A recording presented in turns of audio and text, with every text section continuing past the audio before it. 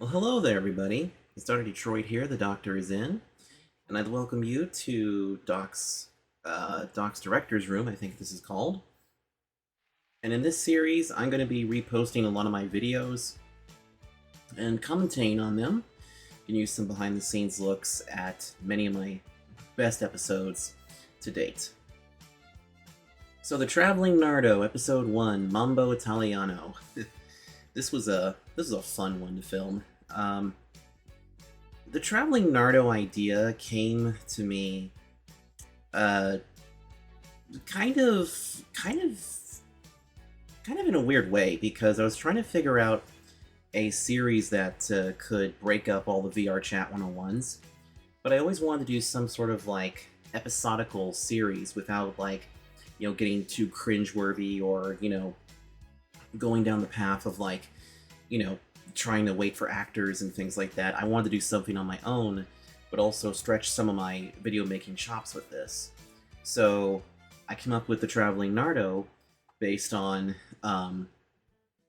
based on the idea that this could be sort of like a series that would mimic like a 1990s style PBS Kids show or PBS show for that matter, without begging for viewers.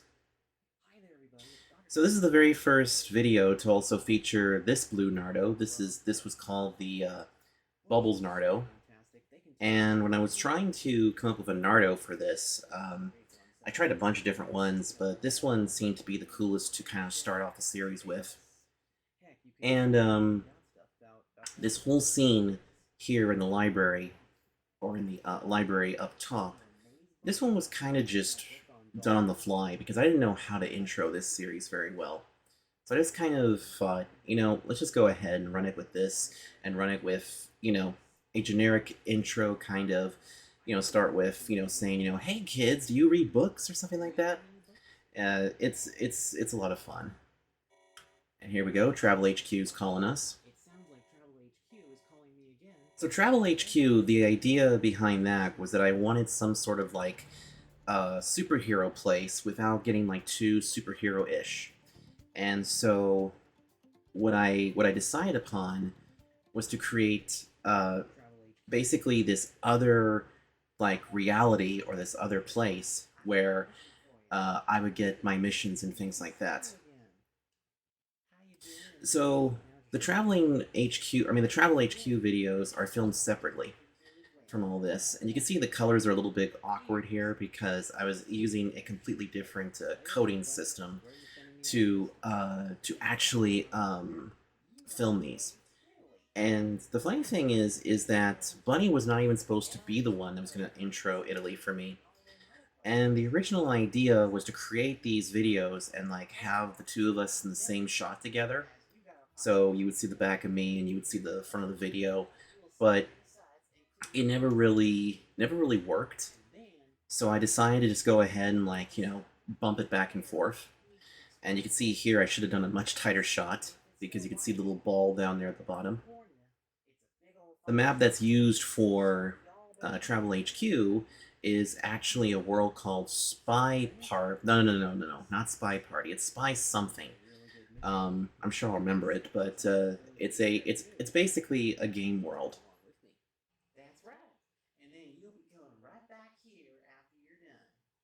Bunny got double tracked there because in the editing I forgot to mute the microphone on the audio and stuff. So the notion for the Traveling Nardo was born out of four different ideas I had. In fact, one idea was to call the series Doc's World Tour, or Where in the World Was Dr. Detroit, or even Dr. Detroit's Field Trip. And when I was working on these things early on, it was originally supposed to take place in a airport, but the airport map I wanted to use was absolutely too big, and it just lagged all over the place. So I had to change worlds in pretty quickly. That shot right there, the B-roll there of the big old airplane coming in for a landing, is actually is all that's left of the original pilot for this. Of course, using Dean Martin's Mambo Italiano.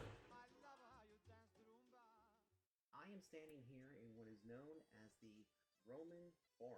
So the Roman Forum map, I found this quite quickly, and it was a lot of fun to film on this world.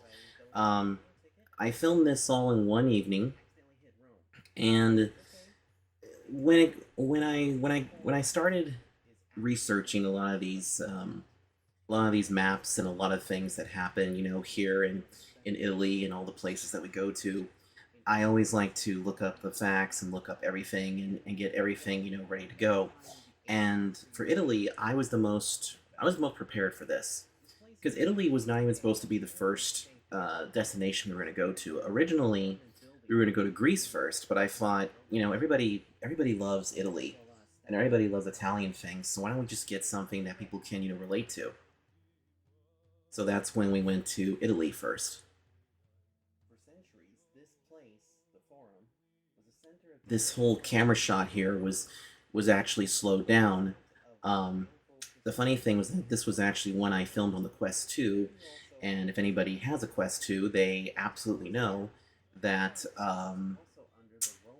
that there is a thing called stick drift, and also it's very difficult to get the speed right. So I basically walked really quickly through the city and then just kind of slowed the footage down the best I could. Here's the first tracking shot where it makes it look like I'm actually, you know, holding the camera. I didn't want this to be like a series where, you know, it would be like I had a camera on a stick or something like that. I wanted it to look like that it was a professionally done, you know, series. And and really a lot of this stuff was test footage that was actually perfect for, you know, the release of a Mambo Italiano. Of course, always got to have an image of that.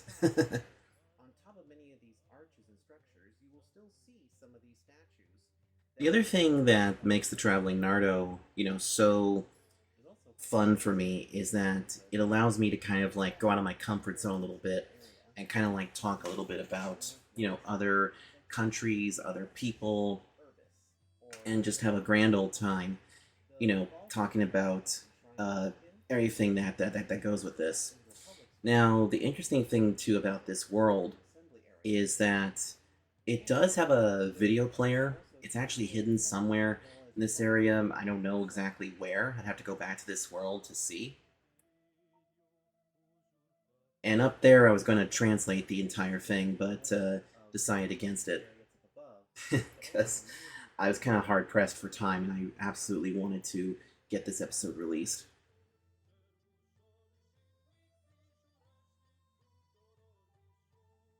Weird tracking shot there.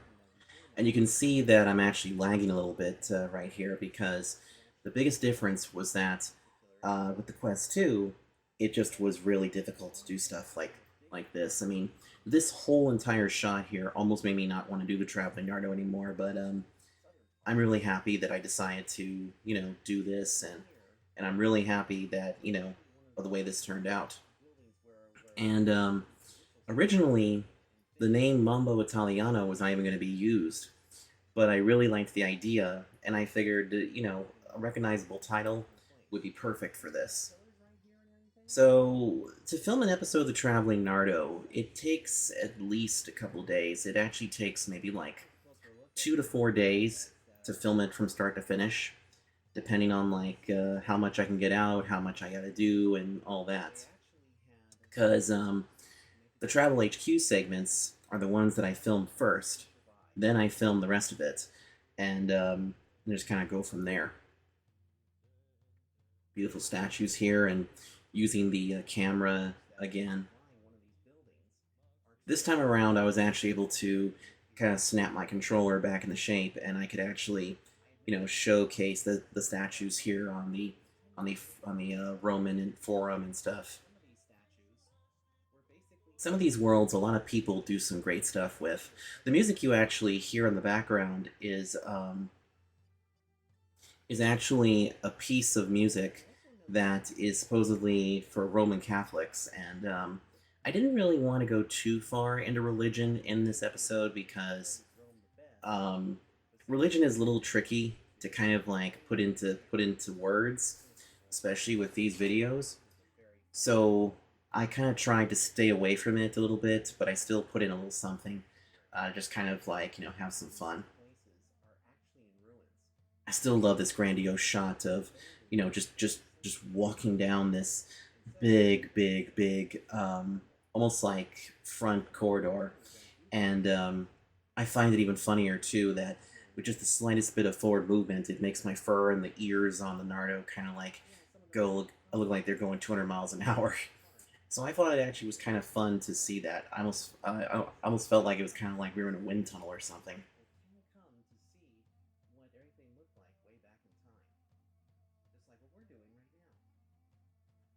Everything that I say here is completely unscripted. Um, like I said, uh, most of my series are unscripted, and I think that also allows for like, some different things. Like you'd see right there that the camera kind of bounced a little bit. This was back when my stick drift was extremely bad, and I almost wanted to go back and reshoot the whole damn thing, but I decided against it because again, I was kind of hard pressed for time because I had literally when I started filming this, I was getting done with, I believe, I want to say it was maybe done with the Do This Not That Phantom Edition episode of the traveling, excuse me, of VR Chat 101. And so I was really trying to kind of like do some backups of like, content and all that kind of stuff. So this one, I really, really wanted to get out there as quick as I could. But the one thing you can actually tell is that I'm not as comfortable in front of the camera yet. I kind of rambled through this whole thing because anytime I've had an idea for something like this, I always get you know a, I always get a lot of not so great looks, or people just decide to, degrade me and say, no, no, no, stick with what you did, stick with this. They didn't want me to like, grow or anything like that. So, um, to actually do this and see how successful it is, you can see in like episodes 2, 3, and 4, and 5 and 6, I really, I really come into my own. Now, this Temple of the Sun world, this is actually really big. Like, this is the biggest world that I've showcased on the Traveling Nardo itself. Like it's about 500 and some odd megabytes, and surprisingly, on the Quest 2, it worked fairly well. And I was almost concerned that the light was going to be a little bit, um, was going to be too dark for this one. But thankfully, though, I was able to, you know, see it and also, put it, uh, put it good, put it good on film.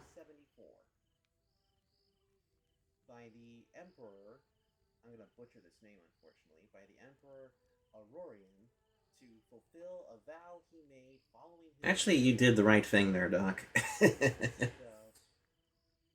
Yet again, I was kind of stumbling a little bit here, um, because the thing is that when you're presenting the facts and when you're presenting, everything on camera, um, again, I was still unsure myself because my previous attempts to do stuff like this had all failed, and I had a lot of different people, even my former friends, say like, screw it, don't even do this again. Um, so the whole thing with this was really just a trial run for me. It was a trial run that helped me, get to know myself a little bit better, but also see like what I could do video wise. And filming this whole sequence was actually a lot of fun because the series actually took about two different takes to film this. And there's the lantern that you see. I love how much light it gives off and how it just kind of reflects off of the avatar itself. I thought that was a really neat deal.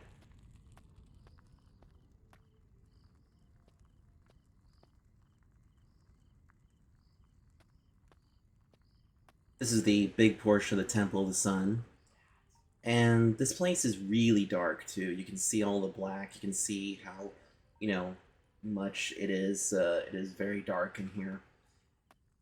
And what's amazing though is that you guys don't get to see it, but one of my friends jumped into this world, and and I thought we were gonna crash, but no, we didn't. We didn't even crash one bit, which is great news. I kind of like this shot here. I love the shot of myself just holding the lantern and talking about all these different things and talking about this stuff. It was actually the first rebuttal and everything for it. The music you hear in the background, once again, is actually not part of the map. What I try to do is that to make sure that the world, to make sure the world appears perfectly. I oftentimes will add background music to the actual episode that is mainly from the motherland itself. So you hear a little bit of Italy music, you hear a little bit of all the different types of music and things. That could have been cut a little bit deeper, but you can see how dark everything is. I mean, I really don't know. I really don't know why it was so dark, but it's just the way the world was, I guess. But yeah, this. Some of these shots, all the snap turns. This was before I felt confident enough to do like the 360 turn where it's a lot smoother.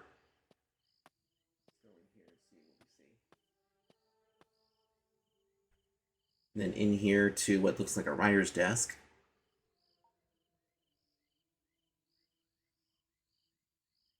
I couldn't really cut out a lot of this stuff, unfortunately, because the way that the episode is and the way that everything worked with this.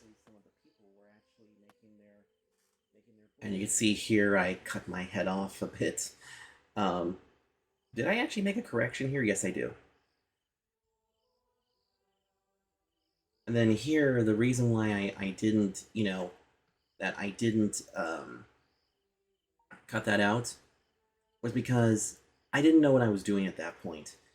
I really was kind of like, I really just wanted to get this released, is really what it came down to. So you'll see a lot of imperfections in this episode that get cleaned up in episode 2.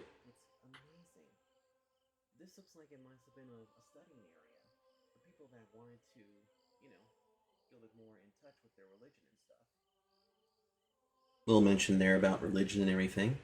And you can see the shadow on the back there. You can see that my shadow really picked up. Um, Now, upon the release of this series,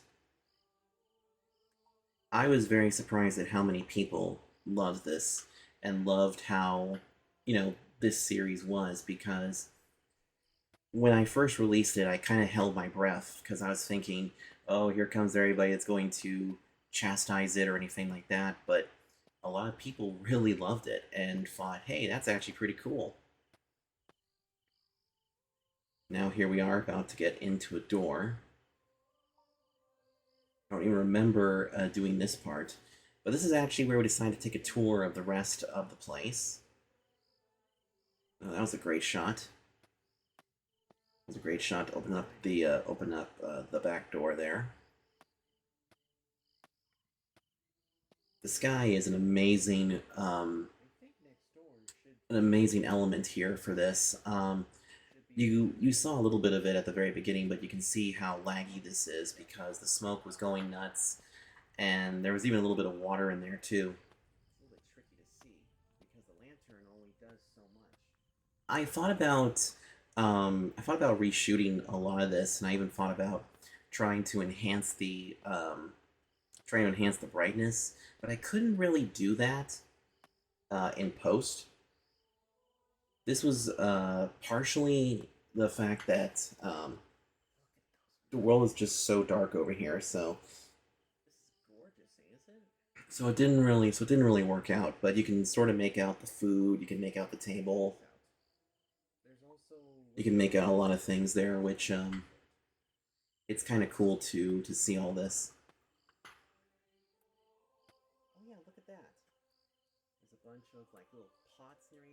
Also, the footsteps, I did not add those in. You actually get those footsteps when you go onto the world itself.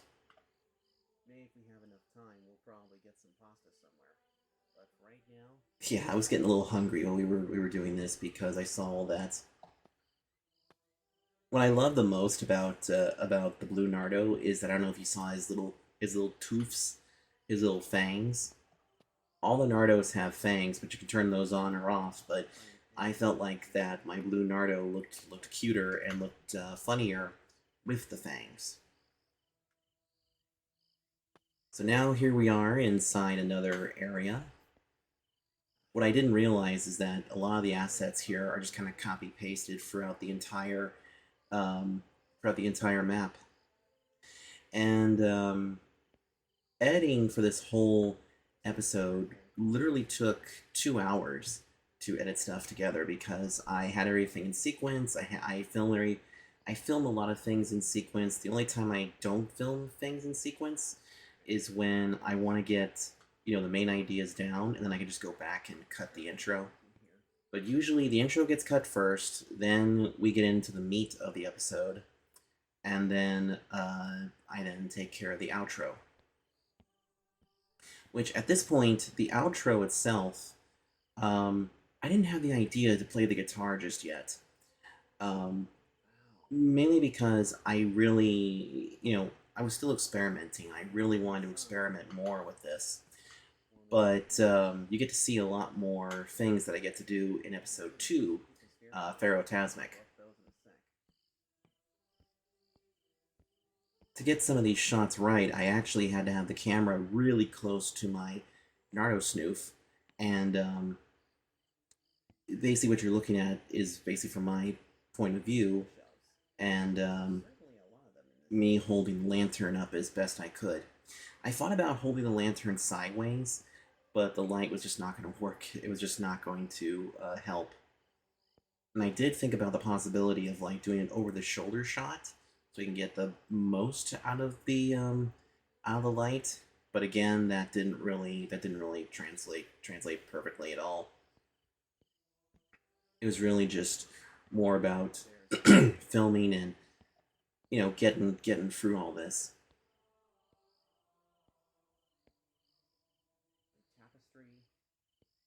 The curtains, I call them a tapestry for some reason.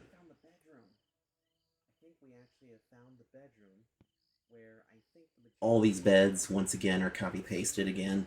Um, in fact, I don't know if they even had like designer pillows back then, but no, this whole excuse me, this whole thing was so much fun to actually work with, and as you can see, lagged out. It's kind of running at about a few frames a second, and then when you project it back 24 frames a second, um, it's a little bit tricky. In fact, every episode of the Traveling Nardo is actually filmed at 24 frames a second. Well, okay, let me rephrase that. It's filmed at like 50 frames a second, and then it's slowed down to 24 frames per second to make each one of the episodes feel like a movie. Because when you watch the Traveling Nardo, you should feel like it's like another movie, or it's like a very, cool it's like a very cool series that you could do stuff with.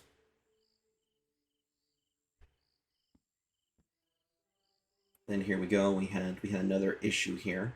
I could have cut all that out.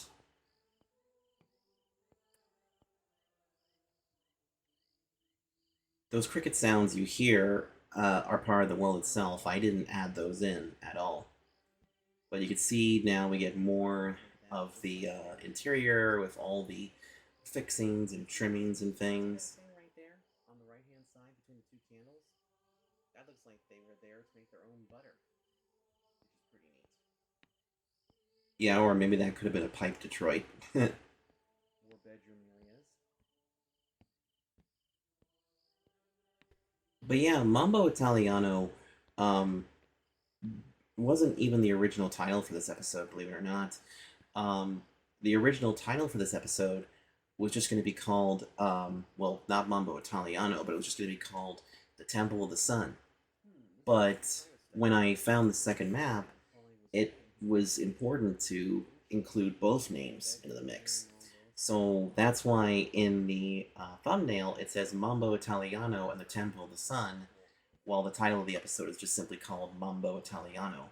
What's fascinating to me right now is just how crazy good this map looks, and also how we get unprecedented access into the Temple of the Sun, where for some people they usually thumbnail kind of right there. Places, and with this place no longer around in real life, thanks to the imagination, we can actually. I always wanted to thank the map owners for making stuff like this because there are some people who to go through the painstaking process of recreating the whole place or whatever exactly the way it is. There's the thumbnail right there. I'm not entirely sure, but this looks like it's probably a cemetery. Graveyard scene should have been done a little bit better, but again, I figured that cause see, the differences here is that between filming and then putting up the clips to edit together and everything, it's a totally different experience. So I couldn't fix that in post, but I thought, you know what, maybe it'll look better on camera. And to be honest, it does kind of look a little better on camera. The Temple of the Sun definitely gave us something to really. So we're nearing the end of the episode, and I wasn't quite sure like what to kind of end it. At one time, I thought about putting like a little quiz at the end of it, like a 3 question quiz, or even doing something sort of like what the show Crashbox did with Distractable News, where I would I would basically re-explain some of the facts, have a bunch of weird sound effects or things pop up, and then have people, like trying to guess the answers. But I decided against it because I knew it was going to be way too hard to do. And it's going to be absolutely a pain in the ass to, put the subtitles up and, do all that kind of stuff. It's time to head back to our HQ. Actually, not the travel HQ, but to my headquarters, and recap what we thought of these two worlds. So now we're coming back to my world, which is pretty neat to kind of see. And there's the pool table, which the pool table becomes a symbol for a lot of these episodes. Nice. I think we got that sorted out. And that was so weird too. That actually took 10 different shots to get that right because sometimes the balls just would not go anywhere, or one time I just would be way off kilter. But this ending scene here was just kind of the first, time. Of course, I forgot that anytime if you do 2 thumbs up, it makes the tongue come out. So it looks so weird. I say yes. It's an absolutely fantastic map, and the cool part is that despite the fact. But yeah, episode 1 of the Traveling Nardo definitely could have been done a little better, but at the same time, I love how it turned out. You know, I love how this episode came to be, and I just love the fact that everybody, loved the series as well. And to this day, I'm so happy that I came up with some of this stuff, and I'm really happy that I pulled through with it because Traveling Nardo has become my biggest series to date, and it gave me an opportunity to kind of like, um, it gave me an opportunity to kind of like expand my filmmaking stuff, as well as also, make people laugh, make people smile, make people feel good because I also try to avoid political stuff in there unless it's something to do with the world itself. Anyway, I hope you all had this great time here with us here on the Traveling Nardo. And you can see that I don't have the guitar yet. In fact, I don't even get the guitar until like episode 3 or 4. So the whole ending here was basically just that, and I was also figuring out a catchphrase for the very end. And these were the early versions of the credits. But anyway, I hope you enjoyed hearing the commentary on this episode. There'll be many more of these to come out very soon. And yeah, if you want to see more of them, make sure you hit the like button, don't forget to comment, and also subscribe. And I'll see you folks next time in whatever video I do. Until then, take care.